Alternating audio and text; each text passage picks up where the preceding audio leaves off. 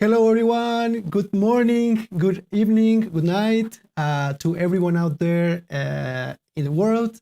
Welcome again to your favorite show, Lights, Camera, on Air, a Showcaser Media original series produced here at the studio in Mexico City. Welcome, everyone. I hope everyone is having a great time today. Welcome. I'm really excited for today's episode. So if this is your first time tuning in this episode and this series, so Lights, Camera, on Air is a show we're producing here in Mexico City, which aims to connect people that are new to the world of virtual events, broadcasting, and media productions. We're trying to build a community of people that are curious about these topics, and we are having episodes after episodes where we are covering these aspects and these topics that we are very passionate about. So let us know in the comments where are you watching us from for today's episode. I'm very excited because today we're going to be talking about showcasing the story of an event. This is episode number 7. This is a 10 episode series, so we are almost there to the end of our first season, and we're actually very excited to talk about today's topic. So I want to introduce you to the team that is behind the cameras, the people that are helping shape or create this project. So first, I want to introduce myself. My name is Omar Diaz. I am the founder of Showcaser Media Productions, and I'm also the head of production here. And by the way, if you haven't noticed, I'm the host of this show. On the other side of the room, I have Jorge, he's a creative director at Showcaser Media, and he's also the chief of master control But also you are going to be seeing my twin brother. His name is Paulo. He's also responsible for the audio engineering of this show. So it's actually a very well-produced show. We are actually putting a lot of attention into very small details to make this the best show possible. We also have two very special people helping us from remotely. Their names are Danny and Ana Cruz. You can see them right here. Oh, right here. Just say hi. You can see all our guests, but don't worry, I'll keep that for later. So Danny and Ana Pao, they are helping us. They are part of the marketing team, helping us brand this series, position ourselves through social media. So if you're watching us on YouTube, they're also going to help us to follow the conversation. If you have any questions, just make sure to write them down below. So if you haven't subscribed to Showcaser Media, on our last show, we had, I think it was 101 subscribers. And for the last week, we already increased our number to 109. So if you are new to this series, this show, and you are really liking what you're seeing, just make sure to subscribe. And yeah, just hit the subscribe button. And is there something else I can help with? Yeah, my iPhone, I don't know what he got. My Siri, I don't know what's happening. But anyway, so today, here at Showcaser Media, we are always trying to improve something of our shows, of our streams. So today we are testing this new platform. It's actually a very new platform. It's called Stream Voodoo. And we found it a few weeks ago, and we are going to be trying we are aiming to replace our Zoom calls by using Stream Voodoo. So definitely a huge shout out to Marcelo Moyano. He has been helping us with facilitating us this tool and testing this out. By the way, this is not a sponsored or anything, but I want to show you, like, what you are seeing right now is actually powered by Stream Voodoo. So actually very high quality stream, high quality audio, and I don't know, I find it very impressive. So let's see if it works out for us today. So moving forward, I have a bit of a disclaimer because today we have a very challenging episode because we need to keep things on time because we have 4 special guests today joining us at the show. You can see them there. I really like this picture because it really seems like these people are just about to release the next R&B album. So I'll tell you more about them, but essentially these people and all these people as well that you can see on screen, we were part of the content creation team of an event last February in Russia. And yeah, so we're going to be talking about showcasing the story of events, and definitely this is something we do here at Showcaser Media. We are very passionate about this topic of event marketing. So without further ado, let's get to it. And as I told you, we are very limited on time. So for the very only occasion, we're going to be just releasing a small teaser of this documentary called Retrospective, which is episode or chapter number 7 called Element. And later today, I will be releasing on our social media channels, Showcaser Media, chapter number 7, which is called Element. So right now, we're only going to release the teaser of it. So I really hope that you enjoy it. So Pablo and Jorge, if you are ready, let's get to it.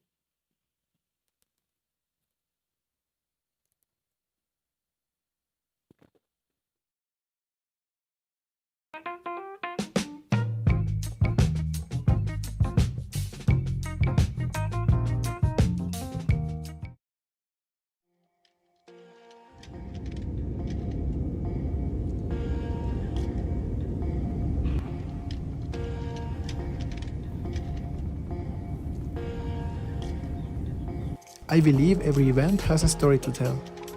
In 30 years, I've had the chance to attend hundreds of events in Mexico and around the world. Events give you the chance to expose yourself to different ideas and perspectives, to meet people with different backgrounds and beliefs. And as an event organizer myself, having experienced the challenges of bringing an event come to life, I always wanted to have a video that could take me back to relive those moments. Fast forward, Showcaser Media Productions was born with the idea of helping people, businesses, and organizations transform the stories of their events into powerful and remarkable pieces of content.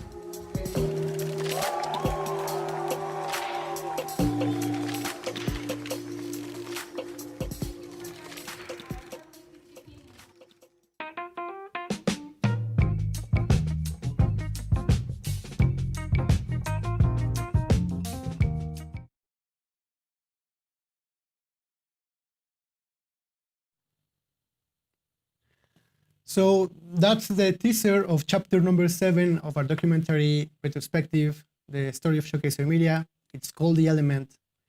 Very soon, the premiere. It's a very, very nice chapter, very special for me, definitely. So stay tuned. So now let's move forward. We're going to be talking about this section that I really love, which is Let's Get Hacky. As I told you, we are trying to provide knowledge to our audience because I know we know that there is a lot of curiosity out there of how we do what we do.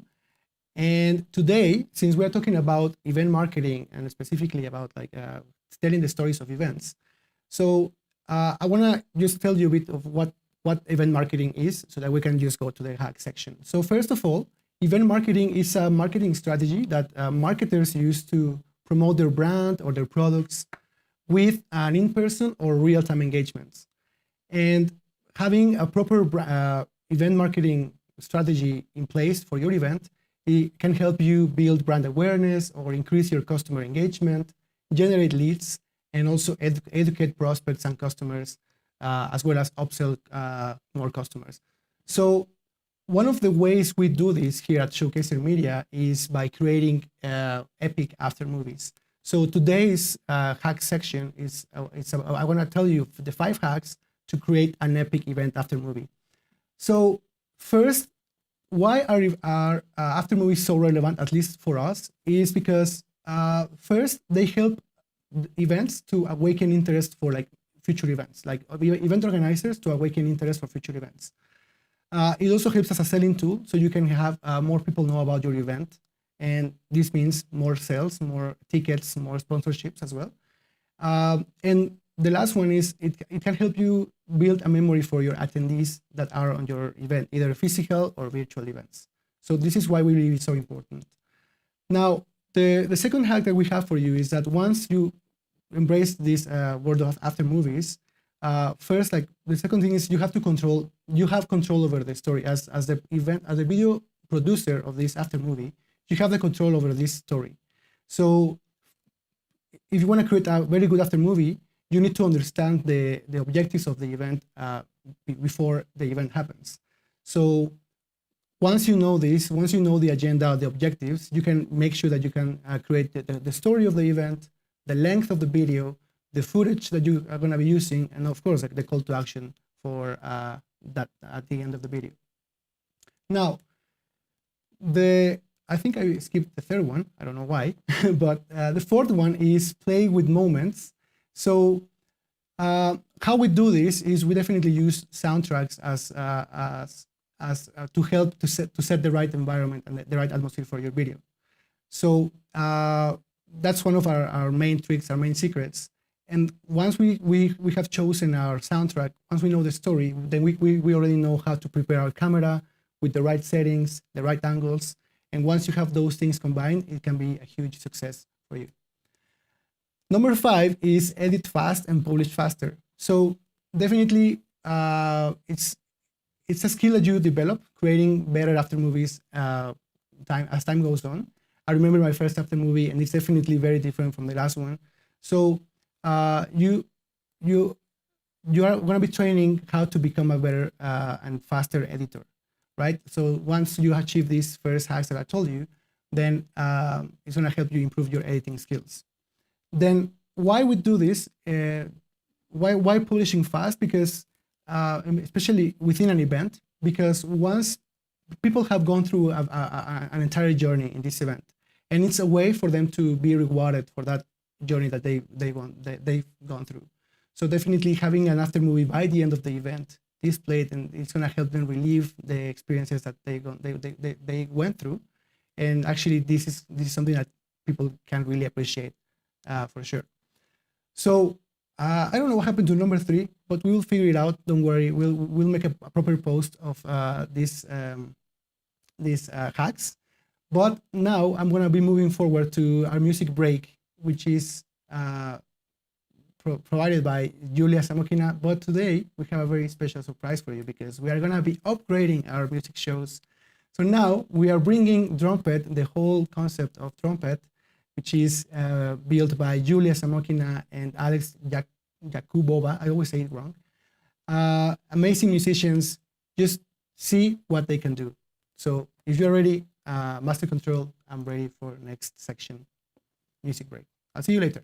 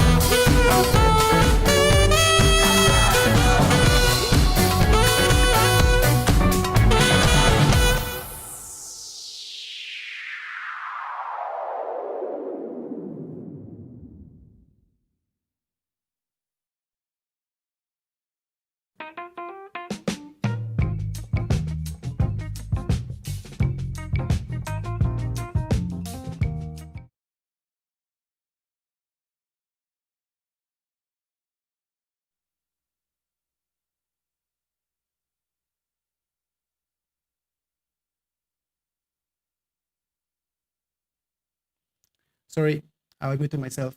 Yes. So, ladies and gentlemen, that was Drumpet. How amazing was that show? I think they're amazing. Like if Julia if having one is really good, then definitely the whole show is amazing for us to have here at the studio. So thank you very much, Trumpet. We'll have more later, so stay tuned because that's not all of it. So then let's move to the next part, which is the main part of this show, which is having our special amazing guests. So you can see their names right there: Raresh, Mara de Haas, Sumedha, and Lim or Kelvin. By the way, what do you think of this animation? I told you this photo that we created here at Showcase Media, it really seems like they are about to release their next album, but it's amazing. So let me tell you a bit who these people are, if you don't know who they are. So first we have Raresh Man. He is the global marketing head at Isaac. I told you we were part of this showcasing team at this event happening in February. So Raresh was the project head, the project lead of this whole team. And currently he is the global marketing head at Isaac. Then we have Sumedha Tanwar. She is the partnerships director for Isaac Pacific, as well for Isaac Asia Pacific in Isaac. And we also have Mara de Haas. She is a digital marketing expert at INTK. Also, she was part of the videographers and photographers team in the conference showcasing team. And last, we have Kelvin. He is currently self-employed at his company Pillowworks. And yes, I'm telling you that we all met together. We were a huge team of creatives. I think it was 11 people in this team. And let me just bring them in. So can you hear me, everyone? Where are you? Oh, there they are. So welcome everyone, Raresh, Sumedha. How are you today? Kelvin, Mara, how are you? Hello. Hello, everybody. Very nice to meet you. Hi, everyone. Good morning, good evening, good night. It feels like a reunion. It feels like a reunion, Yeah, right? it's been so long. I was telling this. Unfortunately, I wish we could have everyone join, but if that happened, then we would have a 5-hour conversation. And yes, Exactly. So welcome everyone. So I'm telling, this is a part of the team. I think we lived together we lived this experience together for I think 2 weeks. And I just want to show you a quick video before going into the conversation. I just want to show you, we created an after movie. We'll be talking about after movies. This after movie, kind of a short 2-minute clip out of 6 minutes. So we just want to show you a very small part of it, because then if you want to see the video, you can just watch later on the YouTube channel. But let me just show you a bit of how the event went back in February. So let's get to it.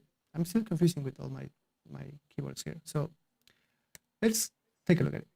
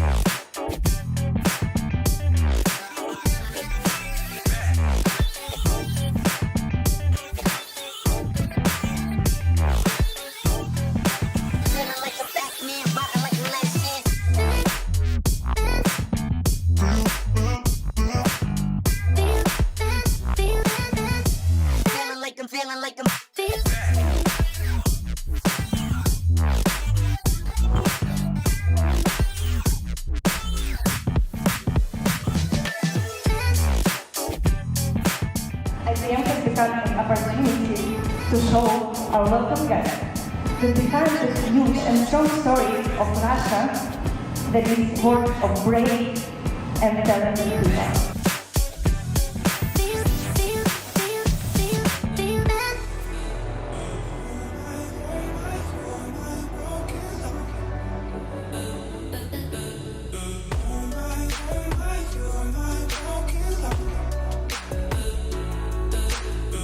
I really believe that the magic that happens in Isaac in the end, relies on its essence and its people. Let's use that strength. Let's use that we have to bring the answers that ISAC needs right now. In 2021, we are brave enough, we are not scared, and we do the right thing.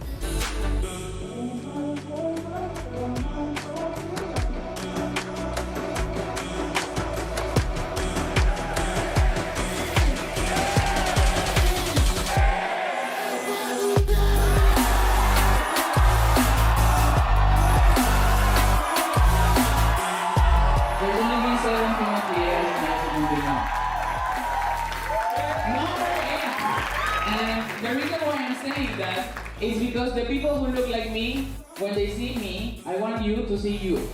And the people who don't look like me, I want you to know that I'm with you too.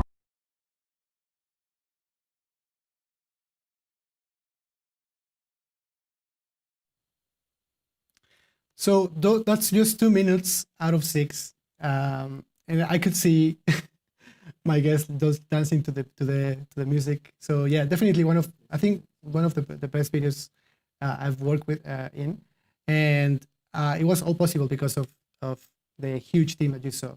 We were a huge team of creatives making this event happen, telling the story of this event.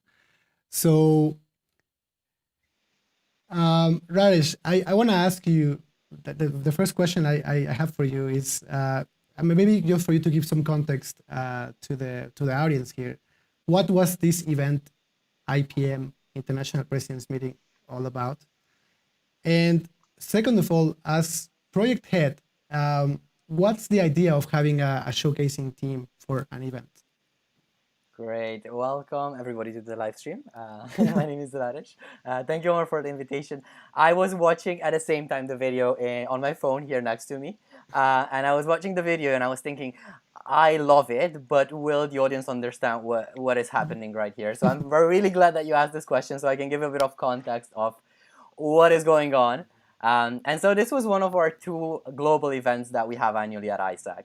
For the ones that don't know ISAC even, we are an organization, a youth-led organization present in just about 110 countries and territories around the world, so really big. We've got anywhere from 30 to 40,000 volunteers every year. And so we're present everywhere. And each of our national offices, so as I said, 110 plus, have a president. So somebody who is, let's say, the CEO, the general manager of the organization in that country.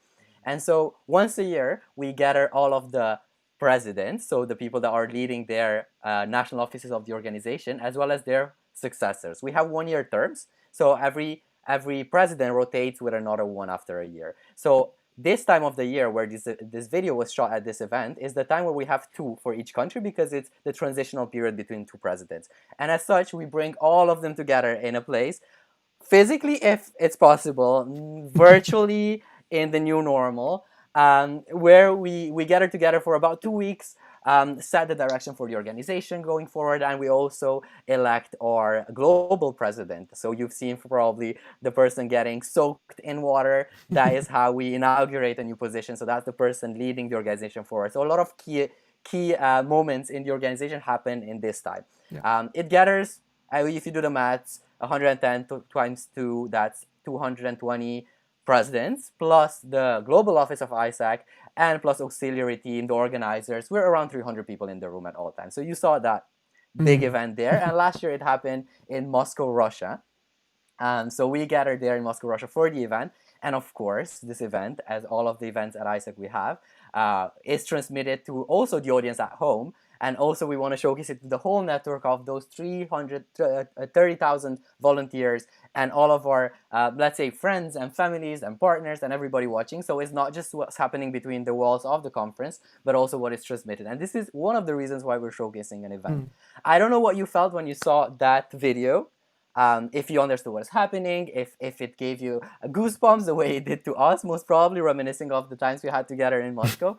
But I think 3 key elements that probably you've spotted, even if you have no idea what's going on, is the sense of community, is intensified energy, as well as connection between the people. And these are exactly the things that we, through the showcasing of an event, are trying to facilitate. This is how we elevate an event. We're trying to bring about the idea of community, hyped energy as well as connection between the people, both in the room and at home watching us. So the purpose of having a team and being project manager of a team of showcasers is at the end of the day to enhance also the experience of the delegates, of the people in the room, anybody who might be the presidents there, or maybe our organizers team, maybe our facilitators or partners or sponsors, everybody in the room to have an enhanced experience. It's one thing when somebody says, when I was a child, I used to go playing in the park. And you just hear that. And it's another thing when that person has a video of themselves as a child playing, you visualize it differently. So this is things that we're bringing to the table, and we're making it better every day. It's one thing to recap at the end of the day saying, today we talked about leadership, we talked about entrepreneurship, and we had fun. Great. But it's another thing when you see a video recapping the whole day, shot literally minutes before, and you feel that, right, this is actually what happened. And this is something that I can show to my people at home. This is what I'm doing. This is why I'm here. And so enhancing the conference experience on the ground as well as for the people at home. We're also live streaming most of our key moments. So nobody's left behind. If only a certain type of people can come to the event because of the profile of a delegate or because of financial, visa, who knows what restrictions, then we're bringing that at home as well, with the key moments being live streamed or being showcased in videos, photos, and whatnot. Yeah. As well as we're making the event immortal at the end of the day. We can look at it right now. This happened in February in Moscow, Russia. We saw it on screen. It felt as real as a few months ago in cold Moscow, Russia. And so we're making the event immortal, really. It goes down into our, let's say, books. And we can always rewatch it and understand what's been happening and how was the event, what was the state of the organization at that point, what was the energy in the room, who was there, all of those kind of things. As well as, of course, at the end of the day, there's also business perspective. From a business perspective of it, it's an opportunity to also, it's an economical opportunity to monetize this kind of events. And as such, we have sponsor coming in, we have special guests, speakers, we have our partners, corporate and non-corporate partners joining us. And so for them, it's an opportunity with us to create content for perhaps co-branded campaigns, activations, campaigns for awareness of their own brands. And as such, this can bring us anywhere from tens to even hundreds of thousands of dollars in revenue just from creating really, really good content with our partners that are already joining us physically at an event. So there's really a lot of reasons why we're showcasing an event. And I don't think that there's one more important than the other, but they all work together to, again, create that sense of community, to transmit the energy and also connect the people there and the people at home and the people just watching ISAC to understand what is happening. So I think that's to put it shortly, although I was not really short. I could talk about this for hours. This is why we organize this kind of events and we showcase them more importantly. Thank you, Raj. Yeah, you mentioned it. I think you summed it up very well, the context of the event. And we were talking about that in the hack section. This is a video that was trying to connect people that understand the culture of the organization. So when people see it, they understand what's going on. So this is pretty much when creating after movies, this is something that you should go for it. So thank you very much for that, Rajesh. Mara, are you there? I can see you there smiling as always. Yes. I have a question for you because you were also part of this team, but specifically for the content creation, like the creative side of it. I wanna take the audience through like what happens before the event and then what happens during the event. So as part of the creative team, tell me about the days, like how do you prepare being a videographer or a photographer? How do you prepare yourself before the event so that by the time comes, you can perform at your best? What can you tell me about it? Yeah, that's such a good question because I think most people don't realize how much preparation work actually happens before these type of events, because it really feels like when you're a photographer or a videographer in an event that most of your work happens during the event. But actually we have quite some preparation. So we always meet a couple of days already before. And one of the main things that we do is we first need to map out the requirements. We need to have clear whoever is requesting the video, whether this is someone facilitating a session or one of our partners or maybe the event team itself. We need to know what they expect. from the video or from the photos, so that we know, okay, how are we going to go about planning this? And then next we define the story. So for both photos and videos, we need to have clear, okay, based on the expectations, what is actually going to be the story that we want to tell with this video or with this set of photos. And that's going to define the rest of the preparation work and the rest of the work during the event. And then we can move into the actual preparation. So everything that we can get done before the event, we will get done before the event, because that just makes sure that we can focus on the creation part during the event. So for example, that means picking out the soundtrack for video, or setting up all the settings in our camera, or defining what type of photos. We also divide who does what from the team, so that everything is just very clear. Literally anything that can be done before the event, we do it. And then also one thing that we like to do during the preparation is to already brainstorm for a wow factor. We really like to surprise the audience, and if we can come up with a special project to give this wow factor to our work, we try to come up with it during the preparation. That's amazing. Yes, and I remember I was just showing a video of that I recorded during these pre-days, and yeah, I think if I remember correctly, I think it was like 4 or 5 days where we were just working on the production plan, preparing everything. So yeah, pretty much you just summed it up very well with these 4 points. Thank you very much for that.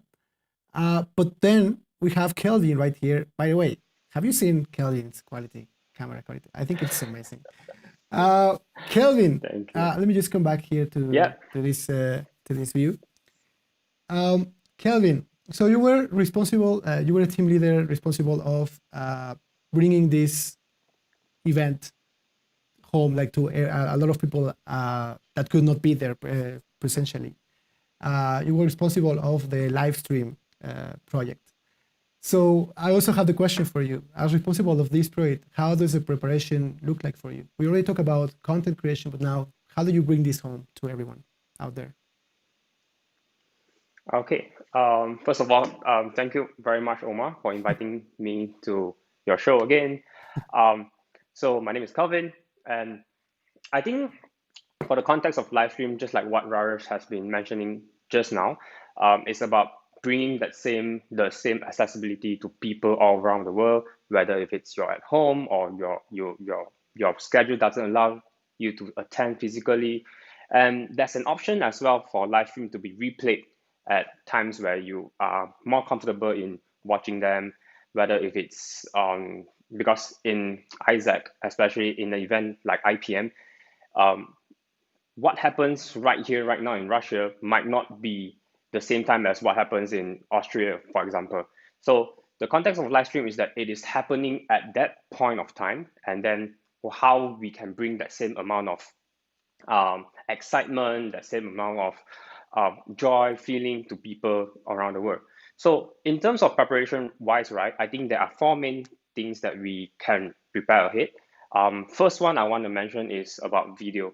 That is the visual, that video stream that you're looking, like right now you're looking at this through YouTube Live as well. So video is one thing that you need to prepare in terms of we need to plan what kind of angles should we take, how are we going to set up the cameras, and how are we going to run through all the wires to our computers and stuff like that. So the next one, when you have video, definitely you have audio as well. So we need to figure out how do we get audios from maybe the room, or is it audio coming from the presenter, or audio coming from the computer, whether if there is, let's say, a partner playing their videos and stuff like that. Then once we sort out audio and video, we need to add a little bit of spice, I would say, to the live stream.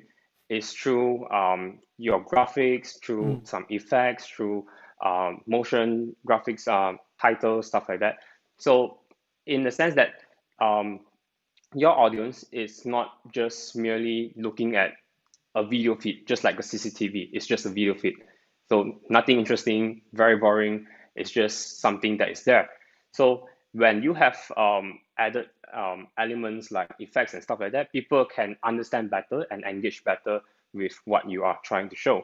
So with these three things in place, I think the last thing that we need to prepare is definitely on internet connection, because if this doesn't work, then definitely no one would be able to see what you are streaming. So we need to make sure that how do we get stable internet connection? How do we run all the cables? And I would say for the technical preparation side of live stream, there is a lot of technical details that you need to take into consideration. Just the cable itself, you have a lot of different cables, different various length, and then different various types as well. So that is something to prepare.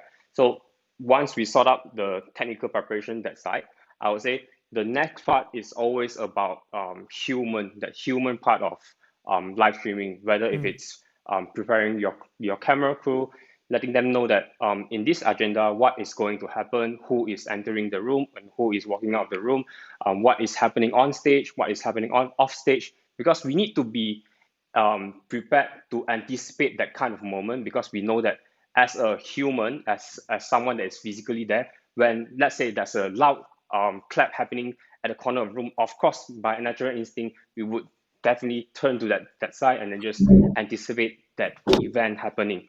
So if we can know what is happening in the agenda block, we can properly map out how are we going to show this thing to our audience around the world.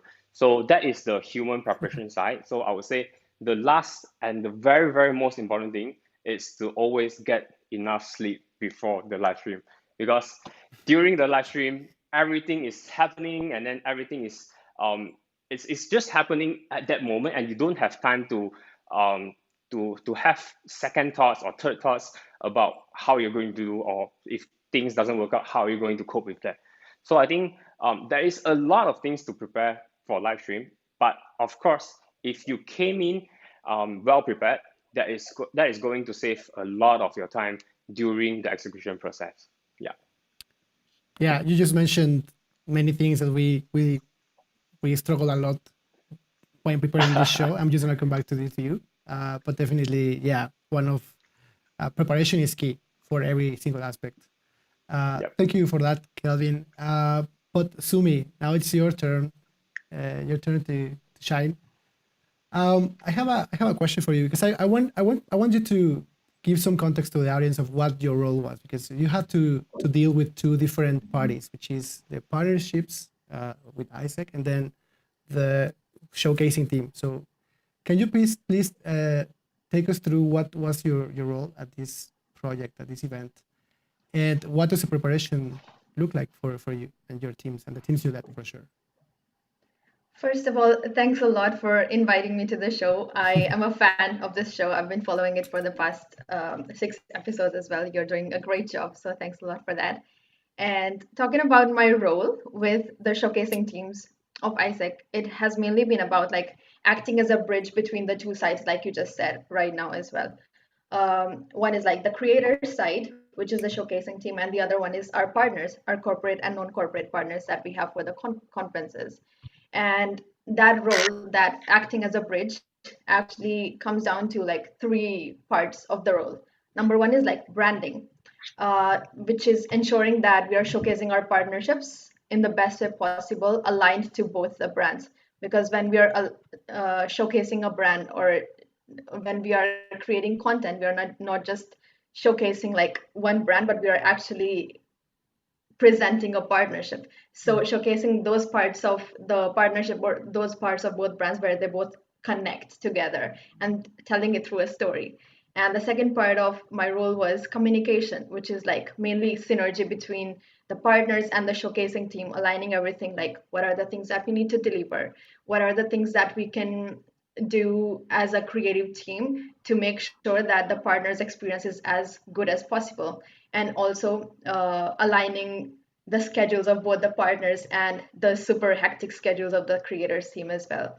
And the third part is content production, which is not just like video production, but also aligning things with what kind of shots do we want to take for photography to showcase the activities of the partnerships, and also creating the concepts for video production together with the creators. What kind of story do we want to tell to showcase those partnerships? What kind of questions do we want to ask in the interview? So all that preparation goes into like creating all of that content that you see after the conference. And also like another part of it is also the kind of digital and physical content, branded content that you see, making sure that is technically brand aligned. There are a lot of technicalities when brands, we need to put out brands in front of like a live audience or on the social media out there. So ensuring that everything is brand aligned, acting kind of like a brand police, as you would say. So yeah, a lot of it goes into picture, and again, it a lot of it helps when the whole showcasing team is coming together before the conference, and they are together in one room, and then you have all of these deliverables list, and you are aligning all of these things together with the people responsible who is creating this kind of content, and then aligning those things with the deliverables that we have to produce. So yeah, it goes a lot of like that. I love it. The brand police. Yeah, and I can definitely, I remember that communication plays a huge role. Like I was telling you, like being the bridge between those two parties. Yeah, I think it's something that not everyone can do, but so definitely I remember how much work you put into that. Thank you for that. So Radesh, we are moving on. We're already done with the, let's say, preparation part. So then as we're heading to the event, once the preparation is done, and that we have a clear overview of the things that need to happen, how would you describe now your role as the project head of this showcasing team? All right, thank you for that question. I think I'm gonna go a bit around the question, go back to the preparation, because I think most of the part of the project manager's role is actually in preparation. So the job of a project manager starts a couple of months before the event, actually, when we were understanding what is the purpose of the event and what is the story that this event wants to tell, both the people at home and the people that are going to be there physically present.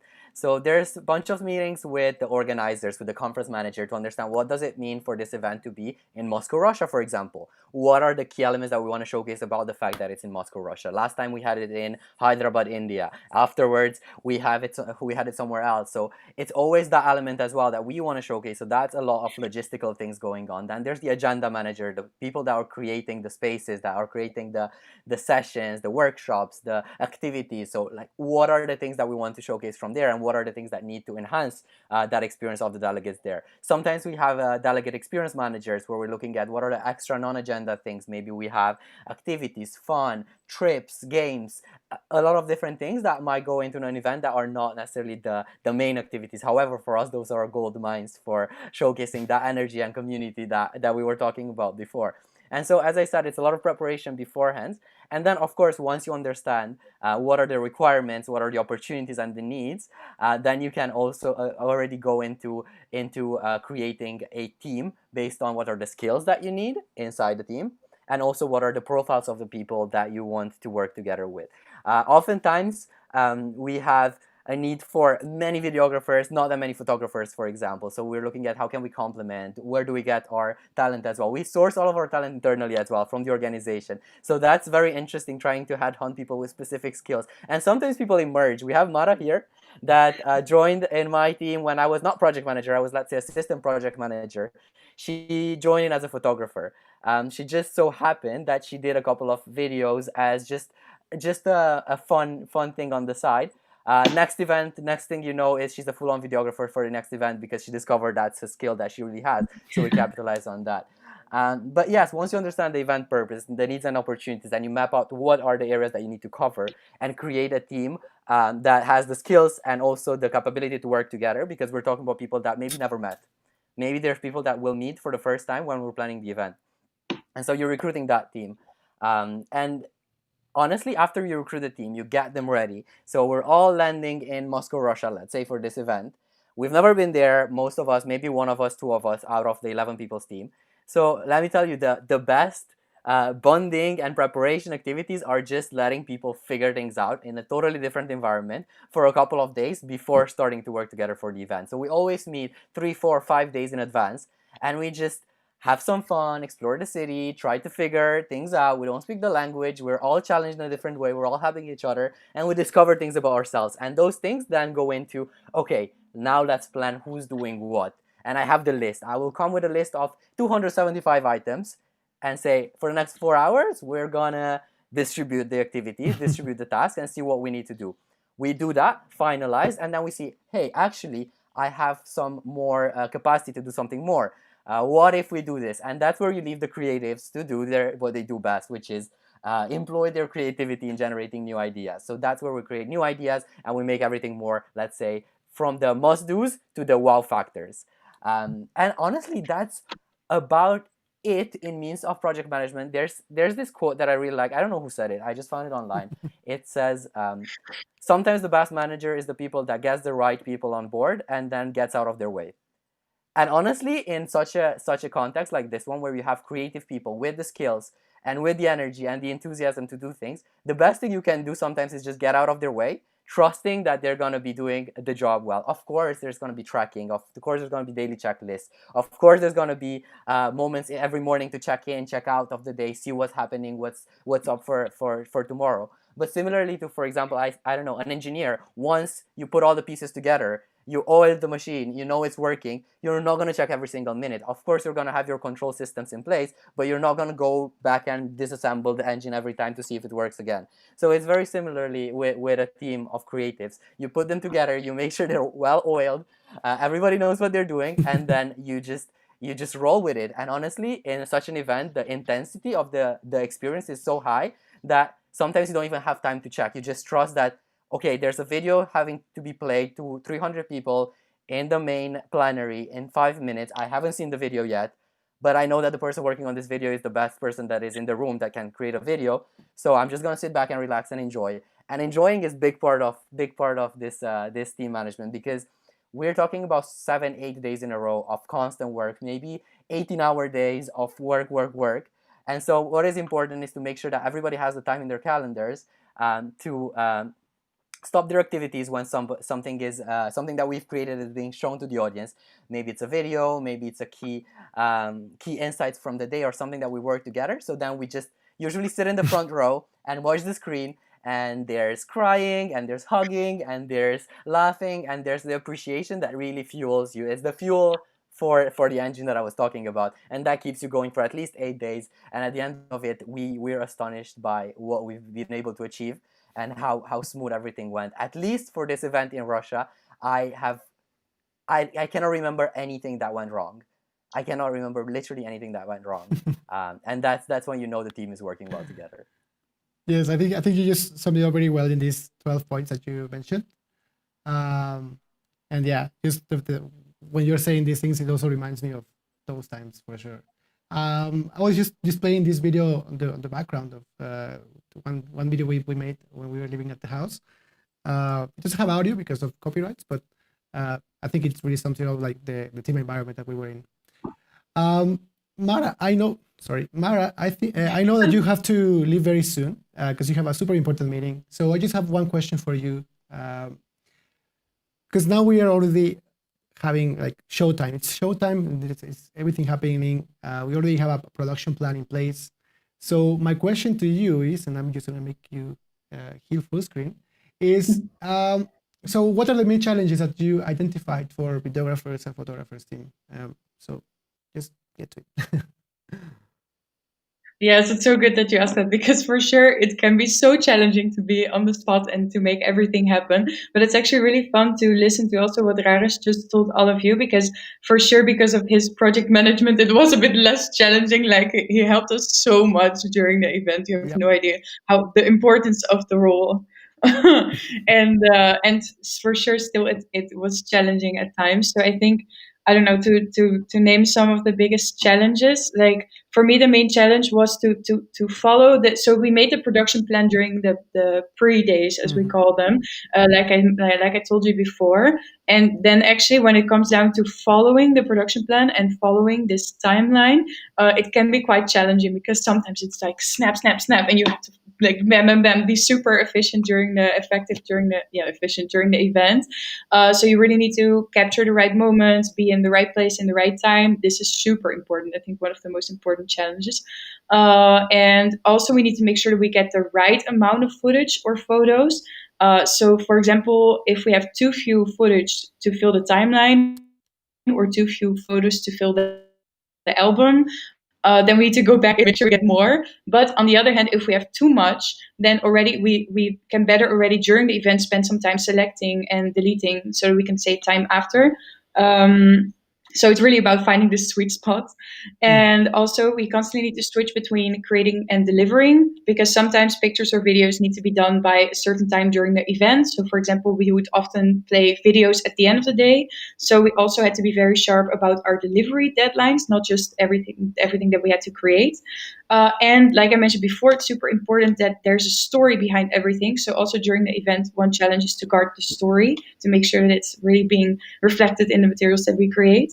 And next to like following this whole plan that we created, we also need to stay creative and nurture our creative side. So for this, it's super important that we do whatever we need as a creator to be creative.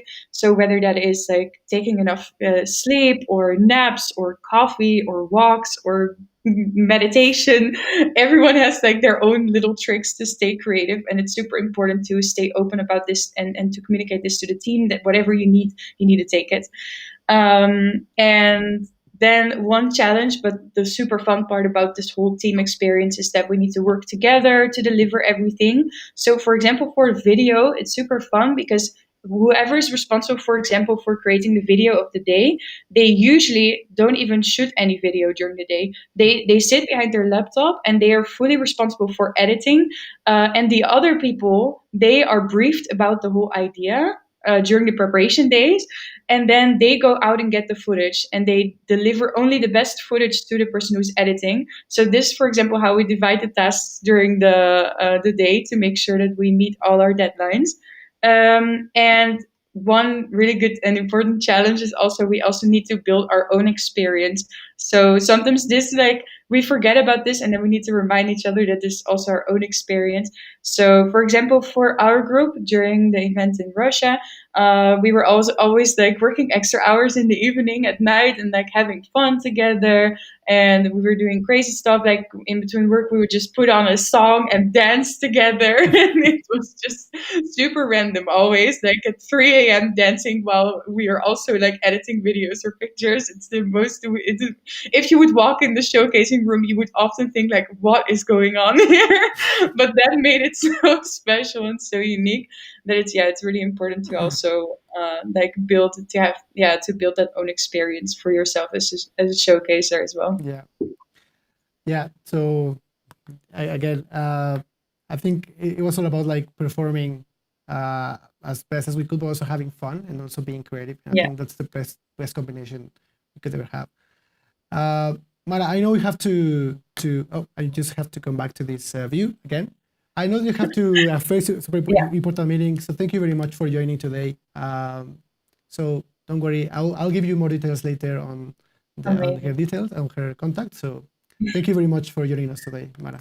Yes. Bye, guys. Enjoy the rest of the show today. Thank you. Okay, so that was amazing. Oh my God, so many memories come back just by hearing these answers. Kelvin, your time now, because I have a question now. What about the streaming team? So what happens during the event that people should know and take into consideration if they want to embrace this world of live stream? Okay, so I think like what Raris has been mentioning just now, I have to go back to what I've been saying before. It's all about preparation. So during the day of the event, you need to be there as early as maybe like 1 or 2 hours before, just to set up everything. Even if things are set up halfway, I mean, if things are left set up already, you need to be there just to make sure that things did work on that, I mean, on that day itself, at that point of time. Because sometimes things would just miraculously doesn't work for no reason, and for also the same reason you don't know why it happened. So that is something we need to do, and we need to anticipate.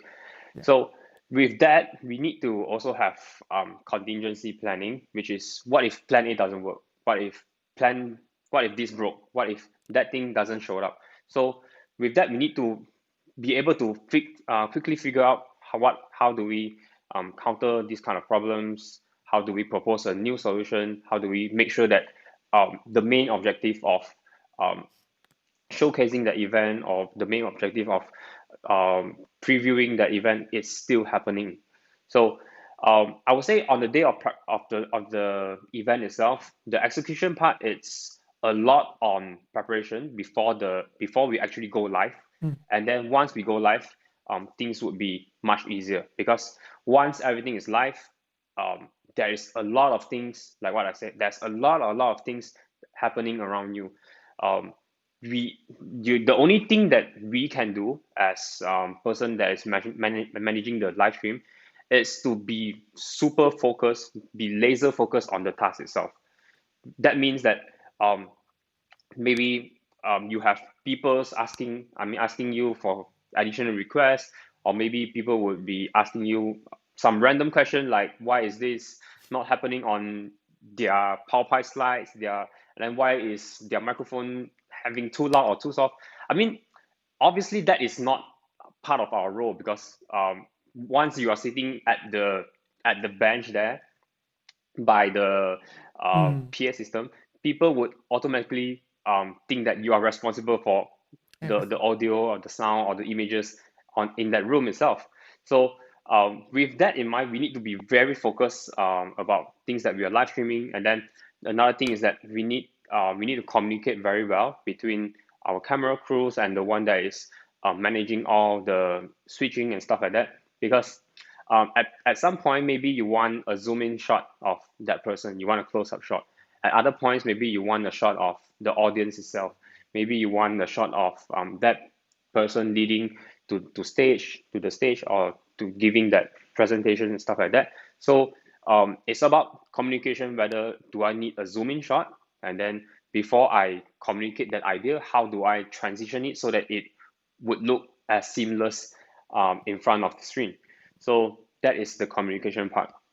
Then I think the last and the very, very most important thing during execution is to always have a checklist, a routine checklist, because once things is working, we need to have a feedback loop.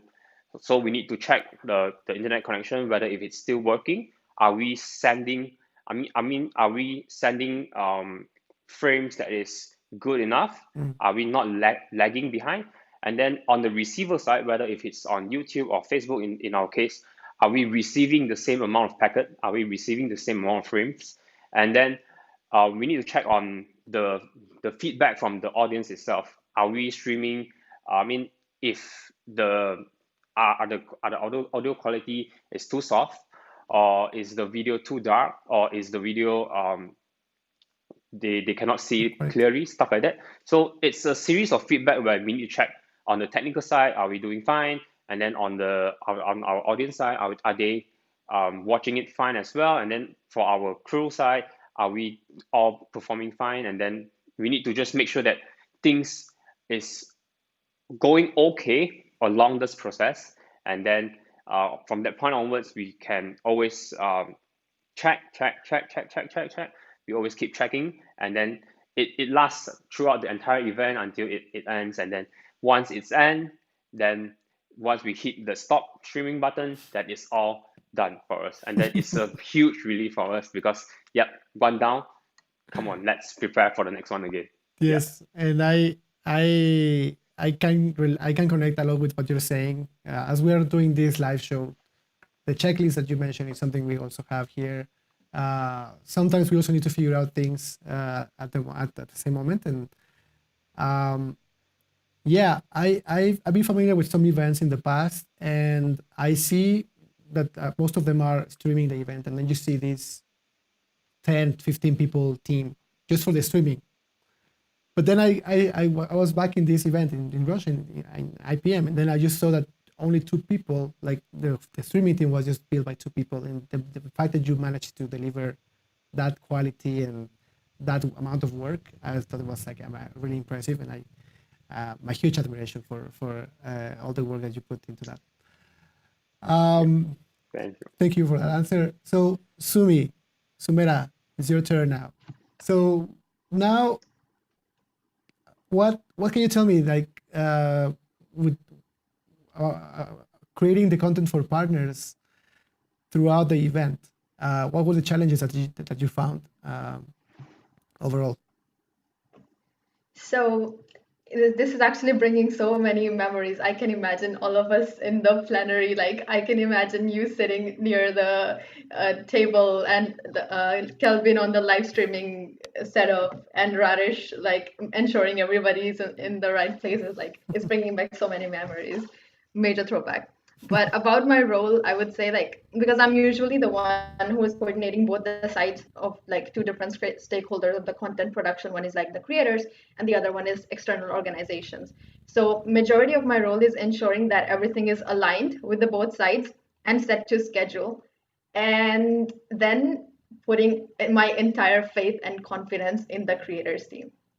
And apart from that, another major part of my role is also the video production concepts. And also another favorite part of this role comes into picture is me getting to interview the partners, or as I explained it to the partners, having conversation in front of the camera. So the story that I want to tell through this interview, this is what I always have in my mind. And I usually like my style of doing these interviews is usually in a way that it's not scripted. I have the script in mind. These are the questions that I want to ask the partners, and this is the kind of story that I want to tell through their words. But I usually make sure that it's not like overly prepared, because I want everything to be like free flowing, like a conversation. So I don't want them to be over prepared. If they want the script in advance, I can give it to them. But I usually like, if I give them the script, I would also make sure that there is kind of an element of surprise there. So if I'm giving them a list of questions, I would kind of rearrange the order. So like, it is still something natural that they talk about. Apart from that, another thing when it comes to interviewing the partners is also if I'm asking a question and there is something that I want them to explain further, or if there are like some certain keywords that they could explain better, then I would kind of ask them again so they can rephrase it better. So I have to always ensure that my ears and eyes are open for those words that I know are going to be crucial for the post-interview production of the video. Yeah. And in the end, it's also understanding the goal of the entire like partnership as well. What are the key elements we want to showcase? And yeah, aligning everything with the creators. Majorly like my job, I would say, is kind of easier on the side because we have like so many incredible creators that I get to work with. So it's majorly like preparation is what really takes most of the time for me, for my role. And when it comes to the challenges, it's basically comes down to when everything is in action and there could be some last minute changes because everything is in real time. So there could be last minute schedule changes because there are higher management people coming from these corporate or non-corporate partners, and they have busy schedules. There might be last minute changes, and then I already have a whole set schedule for the creators. So how can I adjust and ensure that all of the set deliverables, all of the set content production still happens despite the changes in the schedules? And then the other major part is also that, again, when everything is in action, there might be some things when it comes to brand violations, ensuring that they are not there. And for example, let me give you an example. If there are some, let's say, if there are some merchandise and we are supposed to get those branded for the partner. And sometimes what could happen is when you send these designs to the companies for printing, it could be that they reverse it or they inverse the colors. Oh my God. And it might be okay for the company that is printing it, but it is a big no-no because the brand, there is a certain level of technicality. So it is also on me to ensure that these things don't happen. And if these things do happen, I have a contingency plan. And I'm also like, I have to take a strong stand that if these things are happening, these things do not go out. Like, as in like, these things do not go in circulation because then I'm circulating the wrong brand. Yeah. And another thing is also when it comes to content production, the challenge is, and how can I ensure that I also respect both sides visions for this content that we are supposed to produce. So one is like partners, they want the content to also look a certain way. They also have something in their mind that, okay, I want to tell this message. They might also have some ideas on, okay, this is the kind of music that we would like to have. And then I also have the creator that and their freedom that I also have to respect. And I also want them to have this freedom of showcasing their vision, because it's their content as well. They are putting in so much effort. It's their creative freedom. So how am I able to respect that as well? And a lot of times what would happen is we would create this beautiful piece of content, and then once we send it to the partner for feedback or something, there might be some things that they feedback us or they think that should be changed. And then how can I communicate it to the creators? Okay, like, this is the feedback that we received. What do you think of it? So I always ask them, what do you think of it? Instead of just saying them, okay, they say that this needs to be changed and this needs to be changed. Because a lot of times what happens is that the creators, they want to tell a story and they have certain things in mind with like every single small element of the content that you see, every single shot, every single transition, even like a lot of thought goes into the music that you use. So ensuring that I'm communicating it with them and also gathering their input, the creator side of input, and then coming to that like sweet middle point where we are like, okay, this is the content that satisfies both the sides, and this is the content that is like perfectly exhibiting the partnership. So yeah, this is what I would say.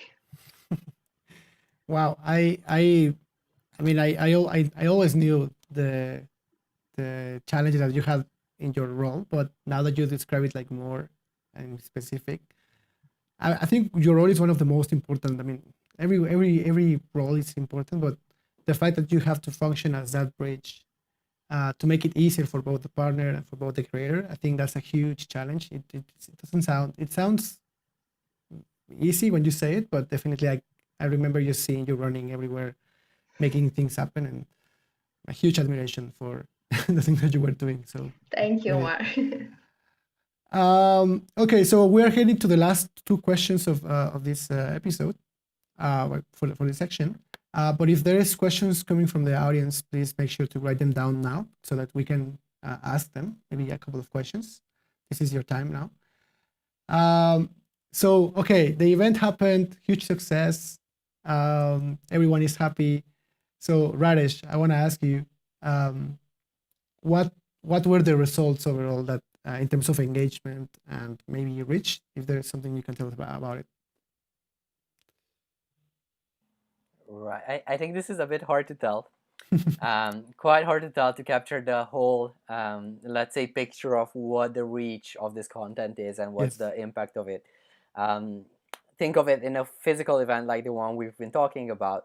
We've got about, let's say, up to 300 people in the room for this type of event. For our global congress, which also happens annually, we have up to 600-700 people in the room. But then, as I said, there's the volunteers at home, 30,000 usually, which many of them are watching. So if something is live streamed, it does reach thousands of people at home. If it's a virtual event, all of these people are at home. Plus, these people are also sharing all the content that we produce.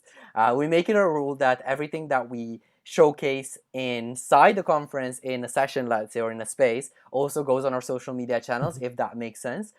So things like daily recap videos, highlights of the day, partnership launches, any kind of key elements of the conference, we're showcasing also, and we're in almost real time putting it up on social media, and that gets shared and that gets communicated further on by the people in the organization and outside of the organization. We create content with partners.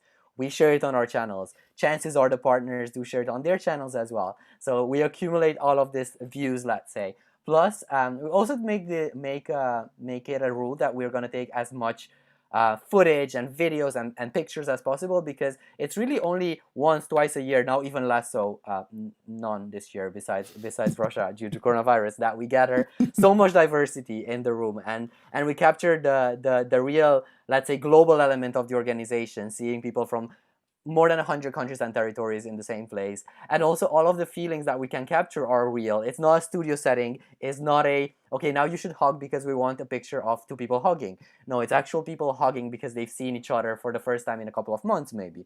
We're seeing real emotions, real clappings, cheerings, screamings, dancing, shoutings, entering the rooms, leaving rooms, tears. All of these are real. And so it's a huge opportunity for us to take footage that's going to be later on used in our campaigns, pictures that are going to be then social media posts. They're going to be visuals for our booklets, graphics, websites, literally anywhere where we have media content. There's a, I would say, 70% chance that content was created within a conference that we had. And so the real impact is very hard to quantify at the end of the day. There's also the economic part of it, as I was saying before. It's also a source of revenue for us at ISAC, showcasing our corporate partners and creating co-branded campaigns with them, our sponsors. So the impact is also on the sustainability of the organization at the end of the day, our ability to sustain our operations.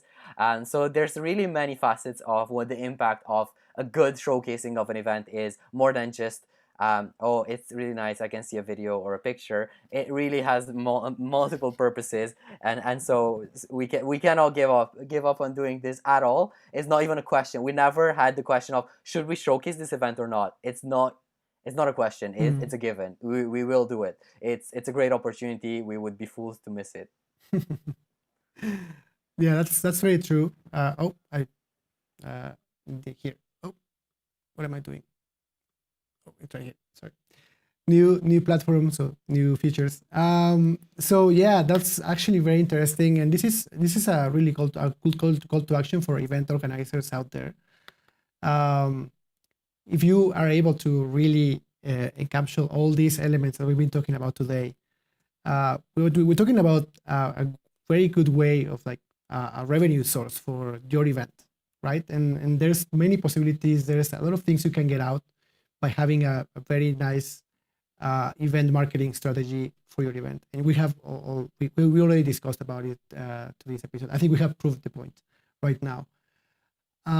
Thank you very much for that, Raresh. So as we head to the last question, I want to ask each one of you, what is that piece of advice that you have for people out there that are curious about this world of showcasing events? What could you tell to these people? Who wants to start?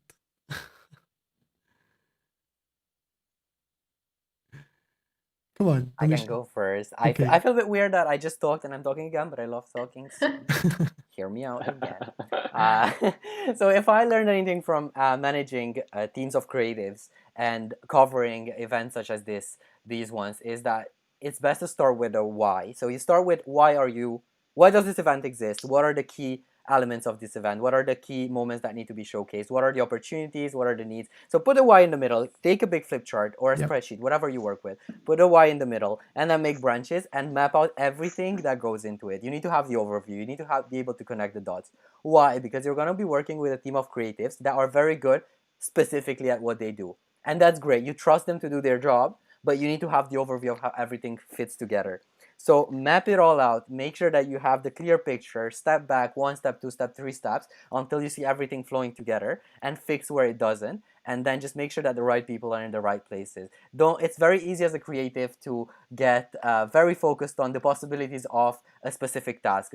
Okay, I have to do a video, there's a million ways I can do it, I really like the lighting here, there's people looking really cool, there's this cool effect that we can do.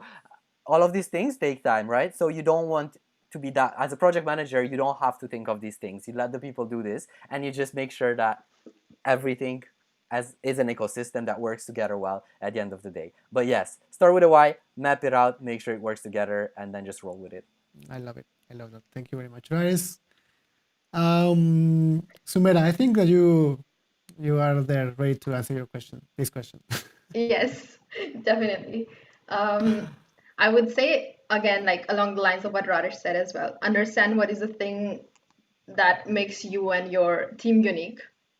And it's very important to be confident on like the kind of value that your work is bringing towards the audience as well as to external organizations, because this is going to be the thing that is going to also make you put faith in every piece of content that you're producing, and also make sure that you're always striving to be better. It's very good to be like appreciated. I've seen like one of the things that I've learned the most from working in creative teams is always strive to be better. And there will always be people who are going to be like, oh my God, this is amazing, this is amazing, this is amazing. And you're always going to be receiving like best compliments ever. But it's also like very important to always think like, how can I do this better? How can I make things better? And another thing is like respect creativity and brand. Like when you're working, if you have a role like me in a team, when you're supposed to be working with creators like video production or even photography or live streaming, it's very important to also respect their work, their vision, and not just stick to the norms that you have, because creativity is like limitless. And when it comes to brand, I've spoken about brand in this live stream like so many times, but it's just like brand is so important, because when you're having these events and you have external organizations also coming, they're not just giving you their presence, they're also entrusting you with their brands. And it's very important to respect that, portraying it in the best way possible, and not just making it like one-sided, your-sided or just their-sided, but actually like how are you able to portray those common things that connect you. And having the preparation plan in front of your eyes is super, super important. Like Rajesh said, have patience, because working in creative teams, it's like always this high energy. It's very easy to get lost in your own vision of things. So it's very important to also be patient and put confidence in your team, because again, these are some of the most talented people that you'll ever meet in your lives. So make sure that you're always like putting confidence in them, and always be open to learn from your team as well. Because like just taking an example of all of the people that are in this call as well, I've learned every single thing that I know about branding or like content production from working in creative teams. I've learned so much from Rajesh about project management. I've learned so much about like how to view things from away from the normal perception from Mara. Like she produces content that just makes you go like, oh my God, how did she even think of that? This has never been done before. And then we have Kelvin, like he is a person who has taught me so much about striving for excellence. I've seen him work on moving like a tiny snowflake in an animation for a whole night, because he just wanted everything to be perfect. And then I've worked with you, Omar. Like you are this person who has taught me how to make sure that you leave your identity in every content piece that you produce as well. So yeah, make sure that you are learning as much as you can from the team that you have as well, and enjoy the experience, because creative energy working with creatives is like one of the best experiences that you'll ever get. That was amazing to hear. That was a very nice and well-structured piece of advice, Sumi. Thank you very much. But I think this also proves the point that, and I'm going to come back here, before going to you, Kelvin, I think this proves the point that a very good and consolidated and solid showcasing team is not always built by creative people. You also need to have people that that can help in different ways, so that the combination of this, the synergy of this, can lead to great results and amazing stories. Thank you very much for this, Sumi. And Kelvin, what about you? Yep, I think I agree with what they said. Like this, I mean, it brings a lot of memories back to the days when we are planning, when we are doing stuff, when we are having fun. So for any one of you who are eager or interested to get involved with showcasing events, whether if it's being photographer, videographers, or be someone that is doing live stream as well, I think it's very important, like what Rajesh has been saying, start with the why. Know that why you wanted to be part of this experience, because I think everyone has a story to tell, and everyone has a very own way of expressing the way that they want to tell that single piece of story, that single piece of artwork. So like what Sumi has been saying, being respectful with opinions or ideas is very, very important if you are wanting to come together as a team, if you want to work together as a team to deliver something extraordinary. So I think the courage to accept this challenge, to live up with this challenge, and to learn something along the way, that is very, very important. So once you know the why, you need to put yourself in the shoes of the audience as well, because because we want to create content that people would enjoy watching or people would consume. No one wants to create a content like, let's say, a blank video, and definitely no one will want to watch that video. So you need to put your shoes in your shoes in the audience, and you need to understand what are the things that they want to see out of an event, whether if it's some specific incident that is happening or some specific memories out of the event. You need to know how do we want to capture it, how do you want to deliver it, how you want to send it to your audience to consume it.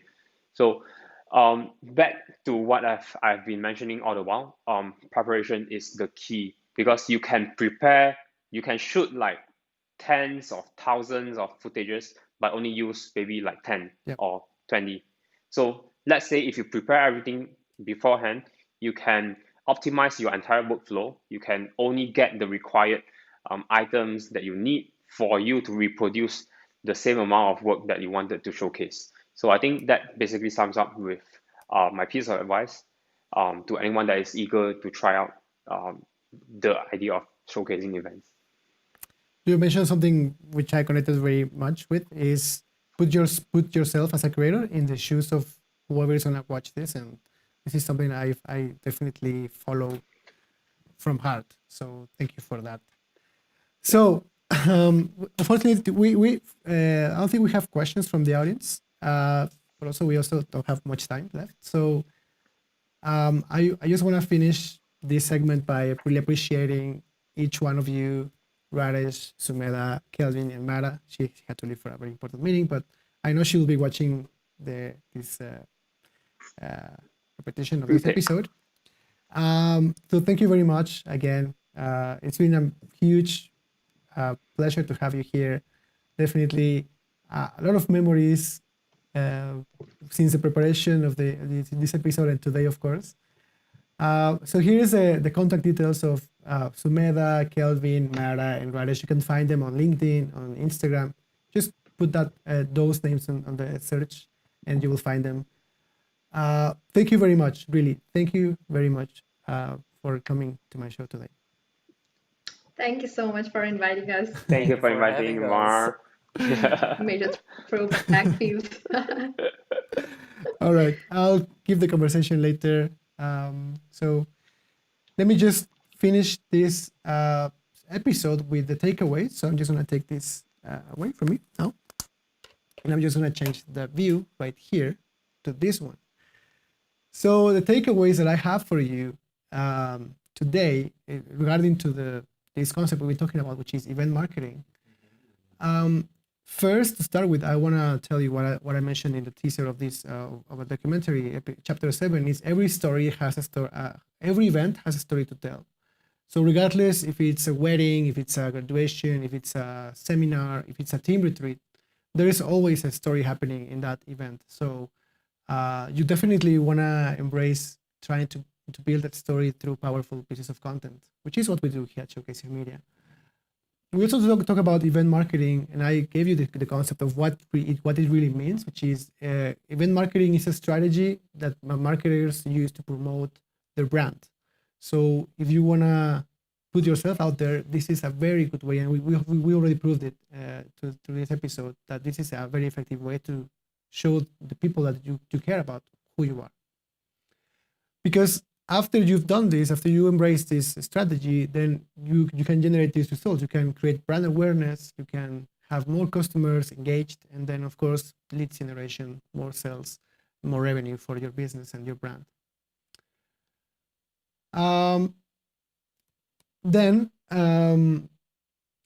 If you are on the other side, if you are an event organizer, you are not a creator, if you are an event organizer, then once you have embraced this strategy to content event marketing. Before hiring talent, you need to make sure, and this is something that Rajesh was mentioning, start with the why. Why do I need this, and how am I going to use content and all these things that we can produce for an event? How is it going to help your business or your brand? Once you come up with the specific things that you need, then it's time to move to hiring the talent that is going to help that vision come to reality. And in the end, if you're part of this showcasing team or a content creation team for an event, make sure that you have a very solid production plan that needs to happen beforehand, definitely. Second, make sure that you have a multidisciplined team with different backgrounds, different talents, so that once you have this, and after a huge work building the synergy of this team and the environment, if you have these things combined, then it's going to be a huge win for your event.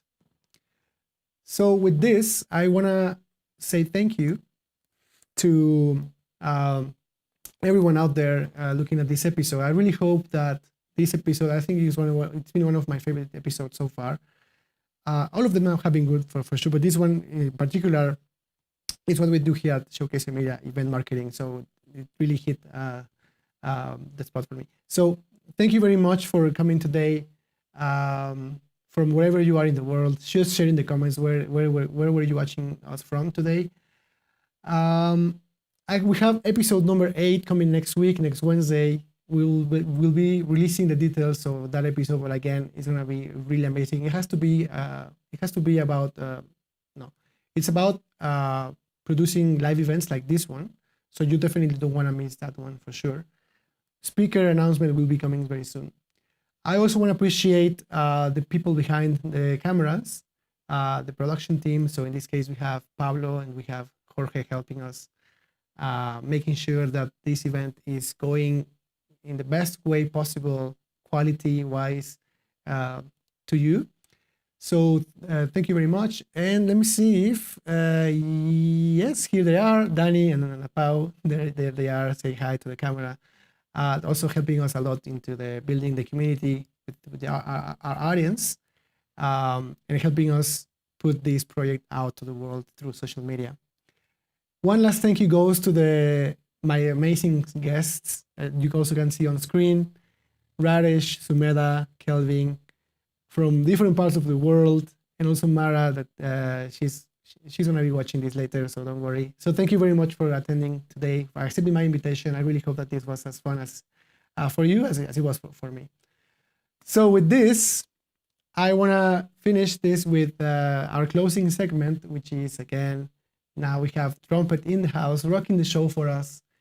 So if you want to follow Trumpet, just find the username of their Instagram account on the credits in this next video. So thank you very much. I'll be seeing you next week with the episode number 8 of Lights Camera on Air. So see you very, very soon. Take care.